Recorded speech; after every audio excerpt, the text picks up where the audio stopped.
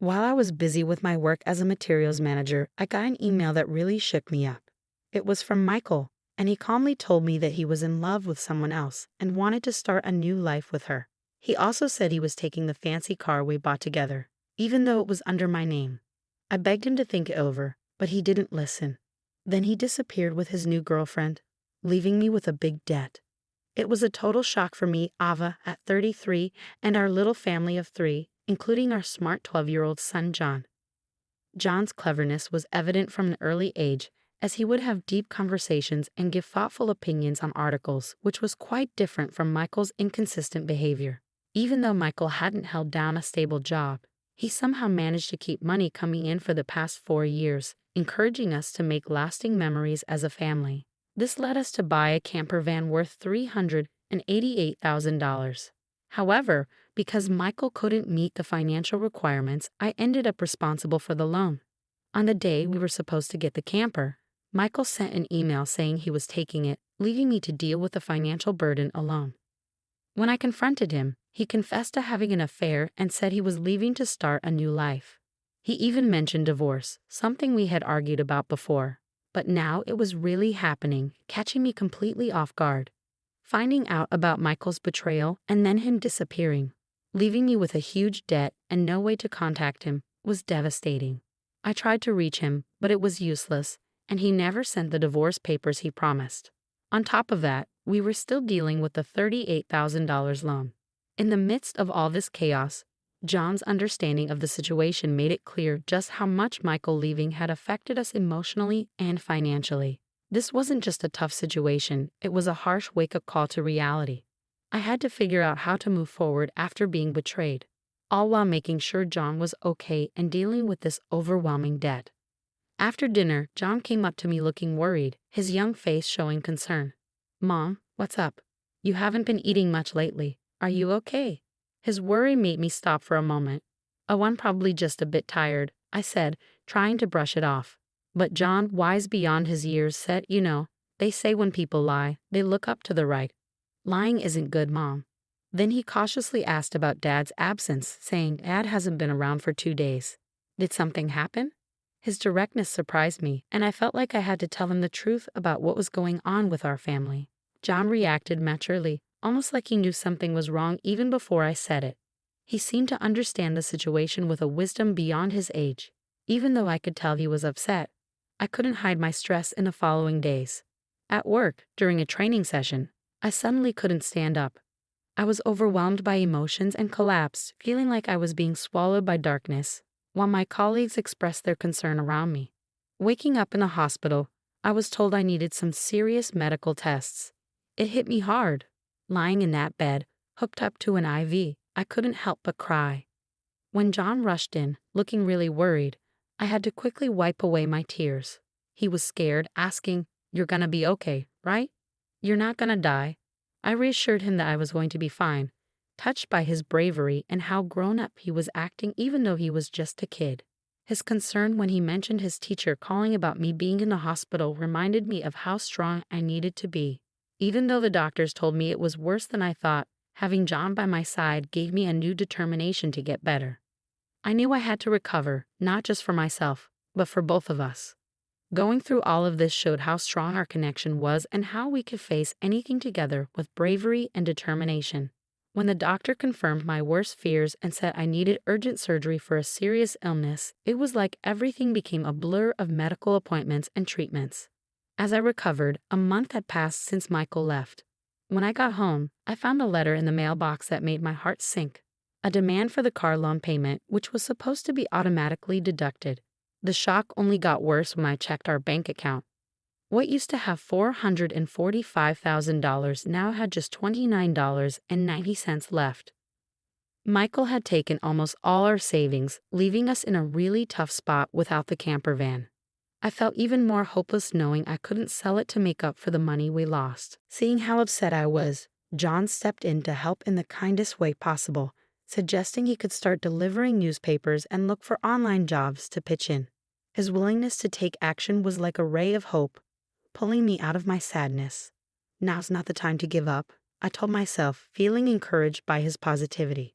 Together, we came up with a plan to get the camper van back, using a clever idea. We could track its location using the GPS on John's phone, the one we got for him. It was a plan born out of necessity and John's smart suggestion, giving us a new direction. It was something we hadn't thought of before, offering a glimmer of hope in what felt like a hopeless situation. With the GPS app, we could keep an eye on where the van was, a crucial first step in our mission to get back what was rightfully ours. Going through this tough time had not only shown how strong we were but had also brought us closer together, all working toward the same goal. Worried about Michael possibly getting away with excuses, John's confidence was like a shining light. "Don't worry, Mom. I've got it covered," he said with a smile that put me at ease.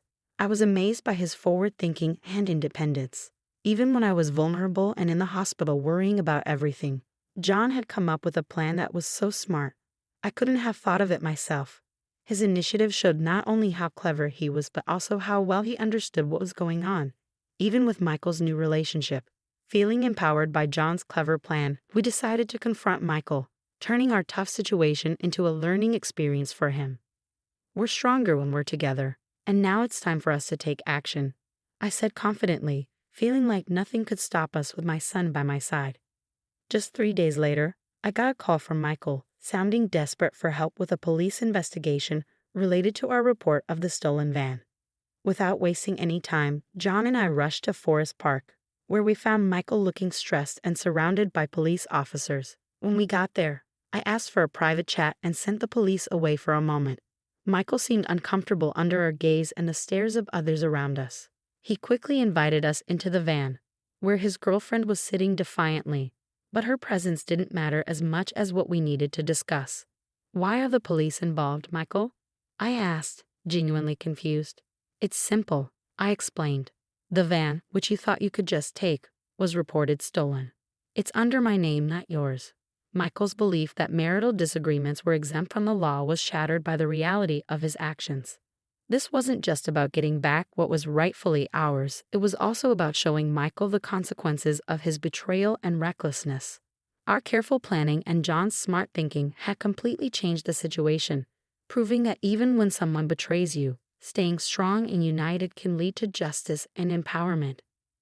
Michael thought he could get away with breaking the law because he thought marital issues were outside its reach, but he was wrong. "Remember the divorce you wanted? That means we're not legally connected anymore, so you can't use a car that's registered in my name without my permission," I explained, correcting his misunderstanding. John had figured this out too, showing wisdom beyond his years. Michael tried to say he was just borrowing the car, but I wasn't buying it. "Is that right?" "Well, I need my car back now, please," I said, holding out my hand for the keys. Michael reluctantly handed them over, realizing he couldn't argue with the truth. Then John, a mix of curious and disappointed, asked, "Why did you choose her over us?" Michael stumbled over his words, while his girlfriend Sophia tried to justify their affair. But John's serious tone shut her down, insisting on an answer from Michael. When pressed, Michael reluctantly explained how their affair started and grew, leading to his decision to leave with Sophia, who was now pregnant, and the van. "Why take the van?" I asked, already having an idea thanks to the GPS app we had on both our phones for safety after John's hiking incident. This tool unexpectedly gave us updates on Michael's location, showing us he was misusing the van. This was a big moment where our preparation and John's clever thinking made a difference, showing the importance of taking responsibility and the power of technology in uncovering the truth. Finding out that John had faked getting lost on our hike just to get a cell phone amazed me. His actions, driven by a feeling that something wasn't right with his dad, led to a plan to keep track of Michael. "You're quite the strategist," I said, impressed by his cleverness. I was amazed, even though I joked about how John seemed to predict what would happen. When confronted with John's honest words, Michael couldn't say anything to defend himself. On the other hand, John's grown-up way of speaking and standing firm in what he believed made me feel proud as a mother and determined to make things right. The fact that Michael had taken $45,000 from our account, money I had saved before we got married and during all the times when Michael couldn't keep a steady job, was especially upsetting. Realizing that divorcing Michael was a relief showed just how much he had betrayed me. Even though Michael tried to make it seem like taking the van and the money was just a small argument between us, I was determined to take legal action. "Should I call the police now?" John asked, ready to dial the number on his phone and bring in the authorities. Sophia, who had been listening in, panicked as things escalated, especially with her own parents arriving, angry and ready to confront her for her part in everything. When she tried to leave the van, her parents stopped her, yelling loudly. "I'm sorry, please don't be mad," she begged, hoping for some sympathy that wasn't there. I had taken the step to tell her parents about what was going on, prompted by John's visit to Michael's workplace while I was in the hospital. He had told them what was happening with our family, leading to an investigation that brought Sophia's parents into the picture. This confrontation wasn't just about exposing Michael and Sophia's lies. It showed how far John and I would go to make things right and protect our family. It proved how important it is to take responsibility for your actions and to stand up to those who try to deceive you, no matter how complicated things get. I sat down with Michael and recounted the whole messy story to them, explaining how we ended up in this situation. Things took a surprising turn when I questioned the timing of Sophia's pregnancy, pointing out some inconsistencies that suggested the baby might not be Michael's. Michael was shocked by this revelation, staring in disbelief as the truth sank in. Sophia tried to deflect, but tensions rose, leading to a heated argument between her and Michael as they each tried to blame the other. Their fight showed just how deep their deception went, and everyone there saw it. As the night went on and the police arrived with their flashing lights, Michael went back and forth between denying everything and admitting he was wrong, begging for forgiveness and promising to change. But John made a wise observation that real change is rare for those who keep making mistakes on purpose. I was determined to make sure Michael faced the consequences of his actions, showing that we wouldn't let him get away with what he'd done. We were committed to handling the aftermath with dignity and making sure justice was served. The $45,000 loss was just the beginning.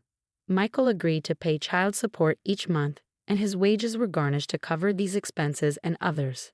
It was the start of a long journey to make things right. Selling the camper van not only got rid of the loan, but also symbolized leaving the past behind, allowing me to focus on healing and the future. As time passed, I regained my strength, thanks to my renewed dedication to my job and the constant support from John. He took on household chores with a maturity beyond his years. Despite the challenges, this experience strengthened our determination to move forward. We were inspired by the lessons learned and the justice served. And through it all, we made sure John knew that integrity and resilience are important qualities to have when facing tough times, so he could keep chasing